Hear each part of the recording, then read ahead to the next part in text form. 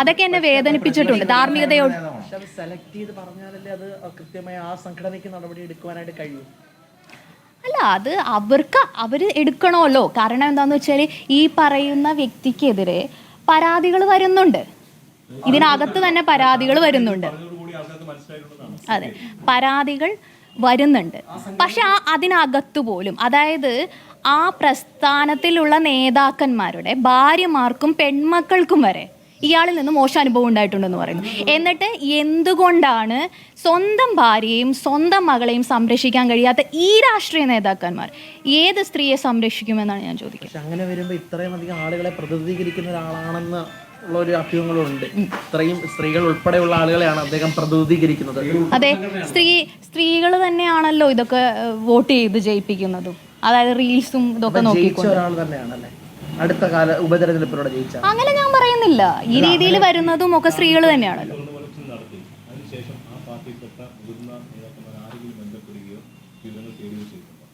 അതിനെക്കുറിച്ച്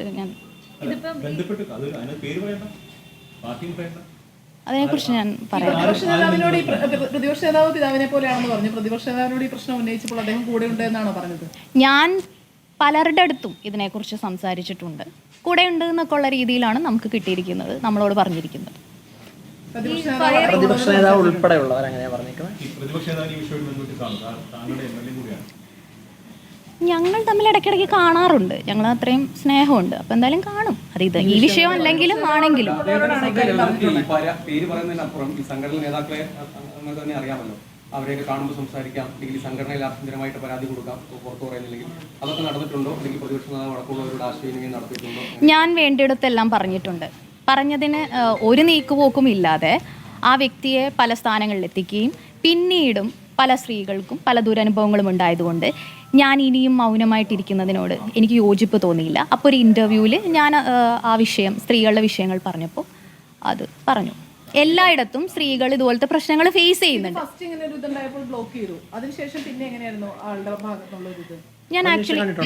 ഞാൻ actually block ചെയ്തിട്ടില്ല. അതിൻ്റെ കാരണം എന്താണെന്ന് വെച്ചാൽ ഞാൻ സുഹൃത്തായിട്ടാണ് കണ്ടിരുന്നത്. ഞാൻ ഫയർ ചെയ്യുകയാണ് ചെയ്തത്. പിന്നീട് ഇങ്ങനെ പ്രശ്നം ഉണ്ടാവില്ല എന്നാണ് വിചാരിച്ചത്.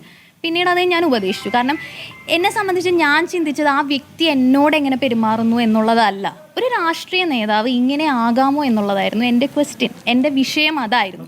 അത് തന്നെയാണ് ഇപ്പോഴും എൻ്റെ വിഷയം. അല്ലാതെ വ്യക്തിപരമായിട്ട് എനിക്ക് ആ വ്യക്തിയോട് അതിനുശേഷവും ഇത്തരത്തിലുള്ള മെസ്സേജുകൾ വന്നിട്ടുണ്ടോ ഈ പറഞ്ഞതിന് ശേഷം?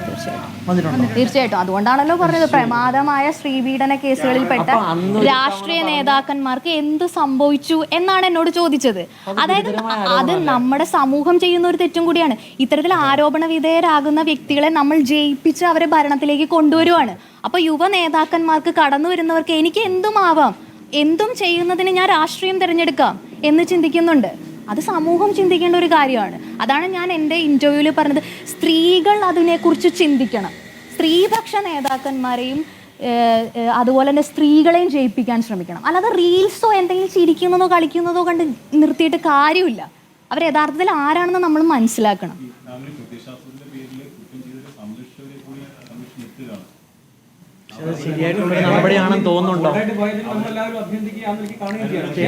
ഒരാള് പോലും പറഞ്ഞില്ലല്ലോ.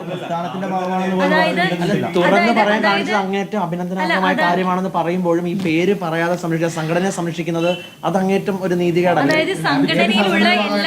ഞാൻ പറയട്ടെ, ഏതൊരു വ്യക്തിക്കും നമ്മൾ പല അവസരങ്ങൾ കൊടുക്കണമല്ലോ. ഒരു വ്യക്തിക്ക് ഒരു സെക്കൻഡ് ലൈഫ് ഉണ്ട്, നന്നാവാനുള്ള അവസരങ്ങളുണ്ട്.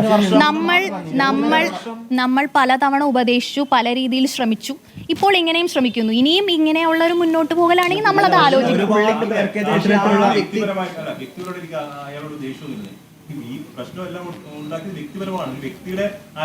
പക്ഷേ താങ്കളുടെ പ്രതികരണത്തിൽ ആ വ്യക്തിക്ക് തന്നെ റിഫോം ചെയ്യാൻ പറ്റുന്നതായിട്ടൊന്നും ഇല്ല. മക്കൾ എന്നൊക്കെ പറയുന്നത് അല്ലേ, അങ്ങനെ ഒരു ഹാബിച്വൽ ഒഫൻഡർ അല്ലെങ്കിൽ ഹാബിച്വൽ മോൺസ്റ്റർ എന്ന് എനിക്ക് കാണേണ്ട ഒരാളായിട്ട് നമ്മൾ പരിഗണിക്കണം.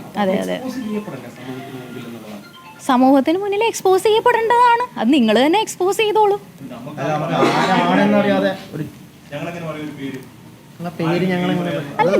അതാണ് ഞാൻ പറഞ്ഞല്ലോ, ഹൂ കെയേഴ്സ് അതാണ് ആറ്റിറ്റ്യൂഡ്. അല്ല, അപ്പോൾ അത് മാധ്യമ സൃഷ്ടിയാണെന്ന് നമ്മളിപ്പോൾ ഒരു പേര് പറയുകയാണെങ്കിൽ അത് മാധ്യമ സൃഷ്ടിയാണെന്ന് അവരത് വ്യാഖ്യാനിക്കും. അത് മറ്റൊരു തലത്തിലേക്ക് നീങ്ങും. പക്ഷെ താങ്കൾ തന്നെയാണ് പറയുന്നത്, അത് താങ്കൾ തന്നെ ആ പേര് എക്സ്പോസ് ചെയ്യുമ്പോൾ അതനുസരിച്ച് തന്നെ മുന്നോട്ട് പോകാനും സാധിക്കും. ഏത് സംഘടനയുടെ ഭാഗമായി അല്ല, ഏത് പ്രസ്ഥാനത്തിന്റെ ഭാഗമായി പ്രതിനിധീകരിക്കുന്നു? അവർക്ക് ഉത്തരവാദിത്വം ഉണ്ട്. ഞാൻ പറയുന്നത് അവർ ഇനിയെങ്കിലും ഉത്തരവാദിത്വം എടുക്കണം എന്നുള്ളതാണ്, ഒരു ധാർമ്മികതയോടെ മുന്നോട്ട് പോകണം എന്നുള്ളതാണ്. സംഘടനയുടെ പേരാണ്, പ്രസ്ഥാനം ഏതാണെന്ന് പറയണം, പ്രസ്ഥാനത്തിന്റെ പേര് മാത്രം. ഞാൻ ഒരു പ്രസ്ഥാനത്തെയും അങ്ങനെ വിശ്വസിക്കുന്നില്ല. പക്ഷെ എനിക്ക് ഇഷ്ടപ്പെട്ട പല നേതാക്കന്മാരും ഉണ്ട്. അപ്പൊ അതുകൊണ്ട് ഞാൻ താങ്കളുടെ MLA പ്രസ്ഥാനമാണല്ലേ? അങ്ങനെ ഞാൻ പറഞ്ഞിട്ടില്ലല്ലോ. അല്ല, ഏത് സംഘടനയുടെ ഭാഗമായി പ്രവർത്തിക്കുന്നെന്ന് പറഞ്ഞൂടെ? ഹു കെയേഴ്സ്, അതാണ് ആറ്റിറ്റ്യൂഡ്, അതാണ്. അപ്പൊ ഹൂ കെയേഴ്സ് എന്ന് മാധ്യമങ്ങൾക്ക് മുന്നിൽ പറഞ്ഞ ആൾ തന്നെയാണല്ലേ? ഹു കെയേഴ്സ്, അതാണ് ആറ്റിറ്റ്യൂഡ്, അതാണ് പ്രശ്നം. ഇപ്പോഴും ആറ്റിറ്റ്യൂഡ് അങ്ങനെ തന്നെയാണ്, മാധ്യമങ്ങൾക്ക് മുന്നിൽ മുള്ളിയുടെ ആറ്റിറ്റ്യൂഡ് അങ്ങനെയാണ്. എല്ലായിടത്തും ഉള്ള ഒരു ആറ്റിറ്റ്യൂഡ് അങ്ങനെയാണല്ലോ.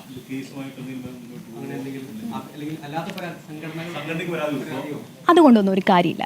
നമ്മൾ കേസായിട്ട് മുന്നോട്ട് പോയാലും സംഘടനയിൽ മുന്നോട്ട് പോയാലും ഒരു സ്ത്രീകൾക്ക് നീതിയില്ല. അതാണ് എൻ്റെ വിഷയം. ഞാൻ അതാണ് അന്നത്തെ ഇൻ്റർവ്യൂവിൽ പറഞ്ഞത്. നമുക്ക് ഒരു തരത്തിലും ഒരു സ്ഥലത്തും നീതി ഇല്ല എന്നുള്ളത്. ഞാനിനിയിപ്പോൾ പേര് പറഞ്ഞ് മുന്നോട്ട് പോയാലും ഒരു നീതി കിട്ടുമെന്ന് നിങ്ങൾക്ക് തോന്നുന്നുണ്ടോ?